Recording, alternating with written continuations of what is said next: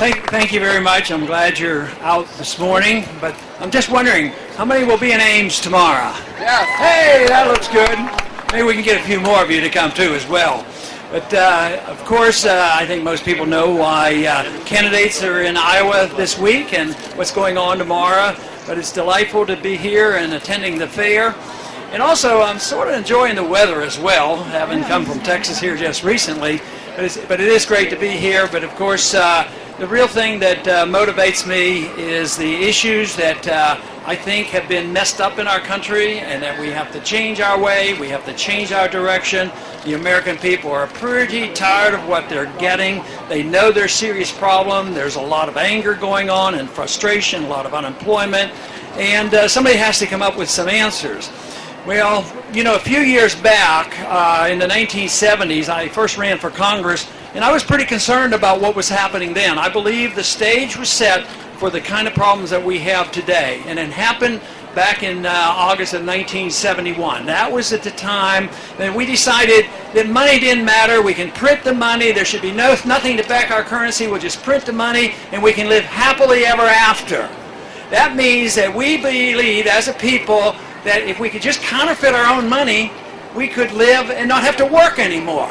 What did we end up with? A huge amount of debt. We owe $3 trillion to foreigners. Our good jobs have gone overseas, and now we're deeply in debt, and there's a debt burden, and they're very, very frustrated in Washington, which makes it very frustrating for the people across the country. A lot of people have become dependent on the government, and we're doing way too much. So my simplest explanation of our solution is we have to drastically shrink the size of our federal government.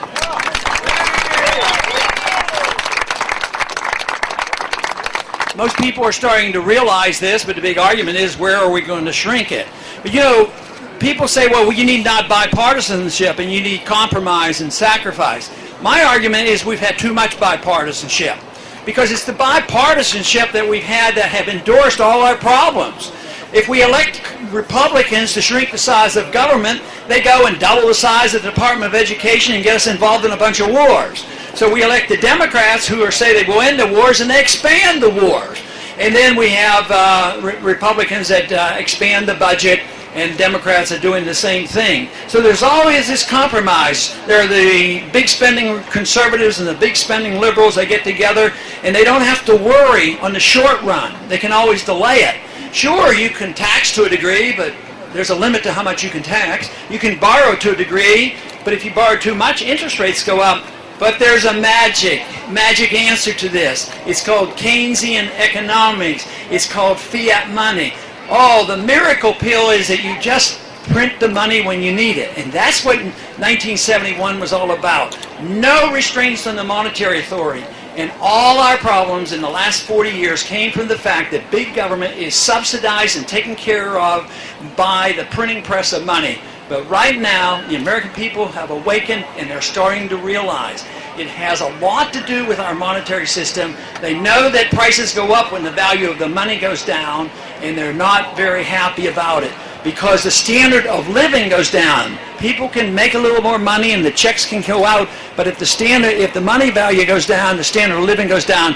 That's one of the reasons that people are very, very upset. And the people on retirements, people who are getting Social Security, are starting to recognize this.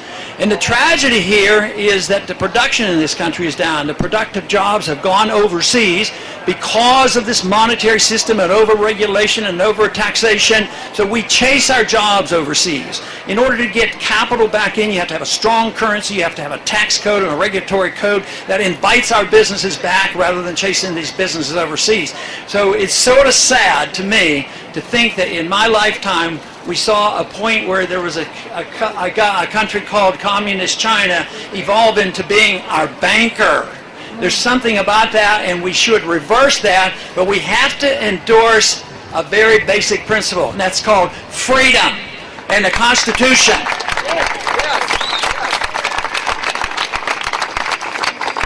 But since it was bipartisanship that got together and spent all the money, how do you get out of this mess? How do you get people to agree to cut spending?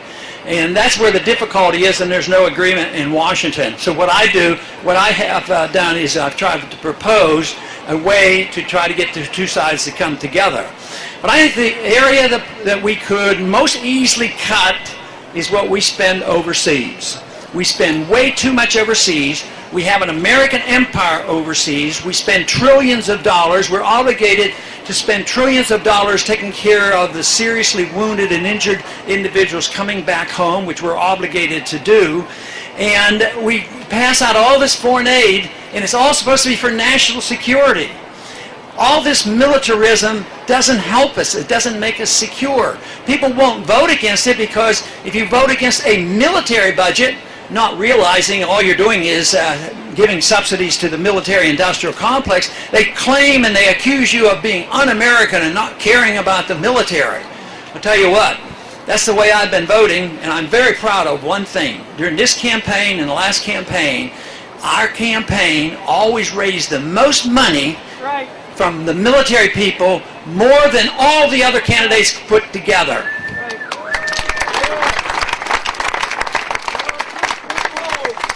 And having served in the military, I was drafted in 1962. I was in the Air Force for 5 years. So I understand a little bit what it's like to have a bad war going on and people being sent around the world and ending up with no-win wars. So I've been very conscious of that. But we should be able to defend a non-interventionist foreign policy just on principle, moral principle, that you don't start wars, you don't initiate wars, you don't fight unless it's constitutionally declared.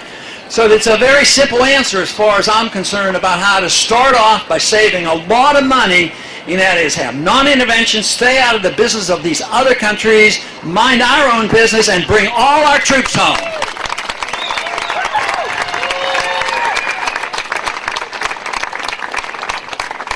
That means the Middle East, Japan, Germany, South Korea, the whole works. Because if you do that one thing instantaneously, and the president does have the authority to move the troops around, that means bring the troops home. If they're going to get paid all this money, let them spend the money here rather than Japan and Germany. So that it just psychologically it would give a tremendous boost to our economy. But you have to change a lot more than that. You have to change the nature of what the people want. The appetite for big government has been around for a long time. There's a lot of blame to go around. You can blame our presidents. You can blame our Congresses. You can blame you can blame bad philosophy, the philosophy of economic intervention.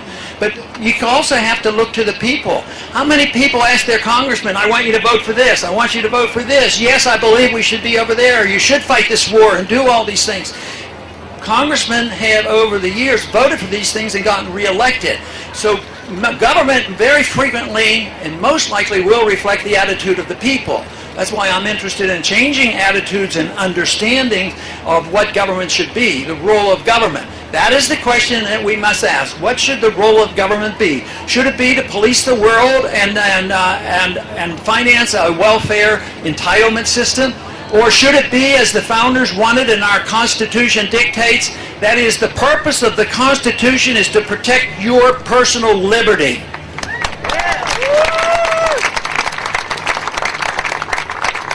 And if you understand where liberty comes from, and it comes to us in a natural way, you should have a right to your life, right to your liberty, and you ought to have the right to keep your own money. And that would solve a lot of our problems. But the other goal in my effort to spread the message of liberty is that to have an understanding of liberty, we have to get this splitting up of what freedom is all about into two bunches. One bunch says, well, liberty means that you can run your life as you please, which sounds like a good idea to me. And the other one says, no, we want to run your life, but we want to allow you to spend your money as you please. What would be so bad about a country that said you have a right to your life and run your life as you please and allow you to spend your money as you please as well?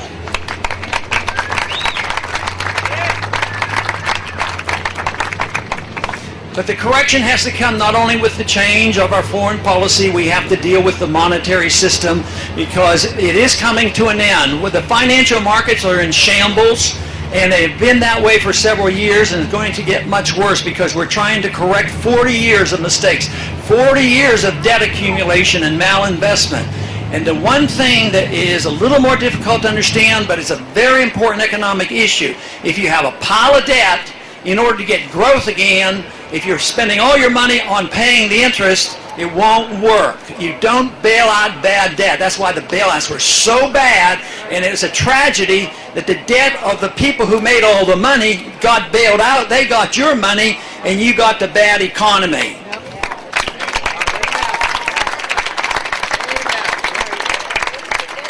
If an individual is bankrupt and has too many credit cards and too many cars, and they lose their job or downsize on their job and their income, they know they have to cut back, get rid of the credit cards, sell a couple cars, and once they get out of debt, they can have economic growth again. And a country has to do the same thing.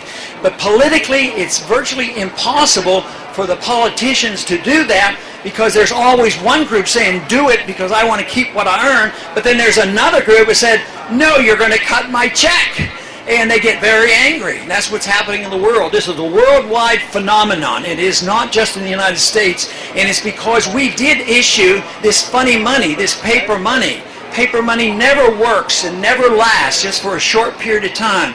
The real money of the world for thousands of years has always been something of real value like gold and silver. But this is a worldwide phenomenon. We had the privilege of printing it, sending it overseas, buying goods and services, living beyond our means, accumulating debt, owing $3 trillion of debt now. And what did the foreigners do with the money? They loaned it back to us. They used treasury bills as their reserves. That became their gold standard, owning our debt. So it's a worldwide phenomenon, and it won't last. That's what's the matter. There's shambles in the markets today. And by next year, by next summer, you're going to have a lot more price inflation, because all they have been doing in Washington is spending and inflating. We got into this trouble because we were spending too much and regulating too much, taxing too much, and then printing too much money. So they recognize and say, we're in deep trouble and we have to do something about it. So they accelerated the spending and the borrowing and the regulations and the printing of money. And then they say, I wonder why things aren't getting better. Well, it would be logical to expect that if you try to treat a problem by doing more of the same, it's not going to work. So understanding how the business cycle works and what you have to do and the liquidation of debt and the sound money, but all this can be summarized by defending liberty. And that is what America was all about.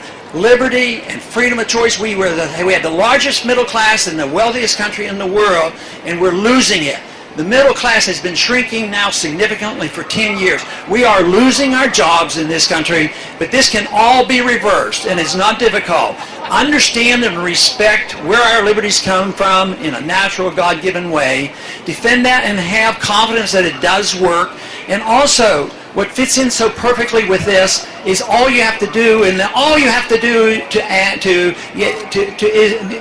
achieved this is ask anybody that you vote for, how serious are they and how consistent were they in defending the Constitution. If we go back to the Constitution, we're going to solve just about all of our political and economic problems. Thank you very much.